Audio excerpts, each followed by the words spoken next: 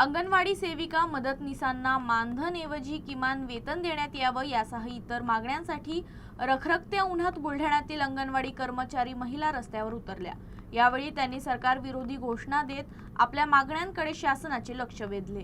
बुलढाण्यात अंगणवाडी सेविका आणि मदतनीसांनी आपल्या विविध मागण्यांसाठी जिल्हाधिकारी कार्यालयावर मोर्चा काढत आंदोलन केलं। किमान वेतन, सेवानिवृत्तीनंतर पेन्शन यांच्यासह अन्य मागण्यांसाठी रखरखत्या उन्हात महिलांनी रस्त्यावर उतरून सरकार विरोधात जोरदार घोषणाबाजी केली। आपल्या मागण्या तातडीनं मान्य कराव्यात अशी मागणी ही आंदोलकांनी यावेळी केली।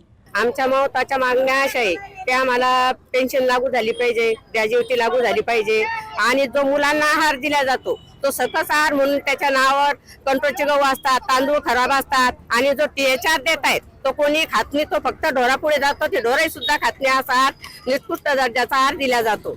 आणि आमच्या महत्त्वाच्या मागण्या अशा की रिटायर झाल्याच्या नंतर आता काही महिलांना आधार आहे, काही महिलांना नाहीये, त्यांना पेन्शन लागू झाली पाहिजे। कारण त्यांच्या महत्त्वाचा म्हणजे विषय असा आहे कोणाची मुलं सांभाळतात, कोणाचे नाही सांभाळत, त्याच्यासाठी आम्हाला वेतन लागू करावं आणि आम्हाला पेन्शन लागू करावी आणि आमचं ते FIRS बंद करावं, नाहीतर 4Gचे मोबाईल द्यावेत त्यांनी।